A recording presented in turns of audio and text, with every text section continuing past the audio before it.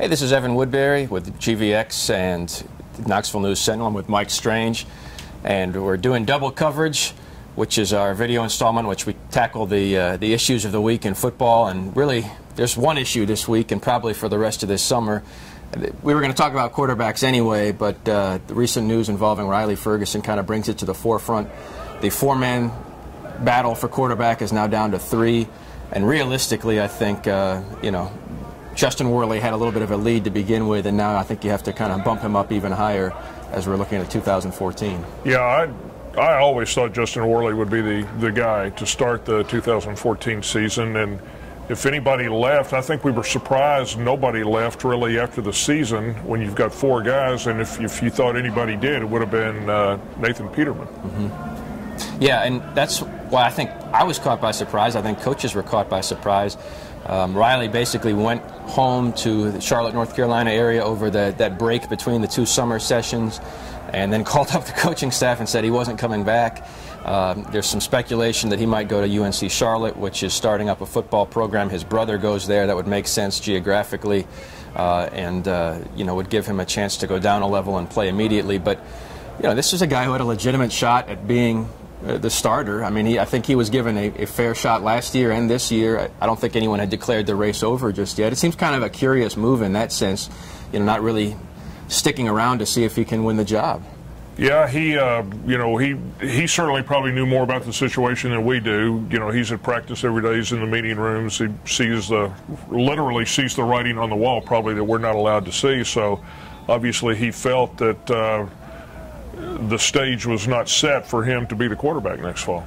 Well, let's look at it both short-term and long-term. Short-term, if Tennessee stays healthy at quarterback, if one of the quarterbacks, whether Worley or Josh Dobbs, seizes the job and does well, we're not even thinking about Riley Ferguson in October or November. But if there are injuries like there were last year, this may be one of those that pops up and says, gosh, we wish they probably had another quarterback there. Yeah, it does. And I guess, Evan, don't you think that maybe the guy impacted the most is Joshua Dobbs? This? I mean, I think he now is the kind of, both in the short term and long term, he's the heir apparent now to Justin Worley. Even if Worley wins the job this camp, he's next off the bench. He's next in line if Worley struggles, if Worley gets hurt. And then let's look at 2015. I mean, 2015, you will not have Justin Worley anymore. You'll have Josh Dobbs and Nathan Peterman and whoever they recruit. So they need to either hope Josh Dobbs really steps up and takes that mantle, or they need to be really active in the recruiting market. And speaking of the recruiting market, do you think perhaps the reason they had not been able to get a commitment at this point for the class of 15 is those 4 quarterbacks there, including Riley Ferguson, who is going to be a redshirt freshman next year? Right, and I think this makes it. They need to get 2 in this class now, which I think was going to be difficult beforehand because it's always tough to get 2 in a class because quarterbacks always want to be the only one in a class. Yeah. Now I think it makes it a little bit more reasonable because they can say, hey, we're going to have 2 scholarship quarterbacks in 2015. We absolutely need you here.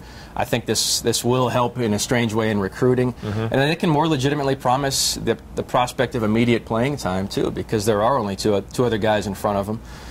So I think that helps from the traditional recruiting market, from the transfer area, which I think they're at least going to kick the tires a little bit and see what's out there, the JUCO area. I mean, I think there's a lot of options at their disposal. And the two quarterbacks in a class thing, going back to Riley Ferguson signs for a new coach, Butch Jones, and then thinking he's probably the only quarterback in that class, right? And then Joshua Dobbs all of a sudden shows up basically on signing day. Right. Josh Dobbs was a last-minute deal, last-minute flip from Arizona State.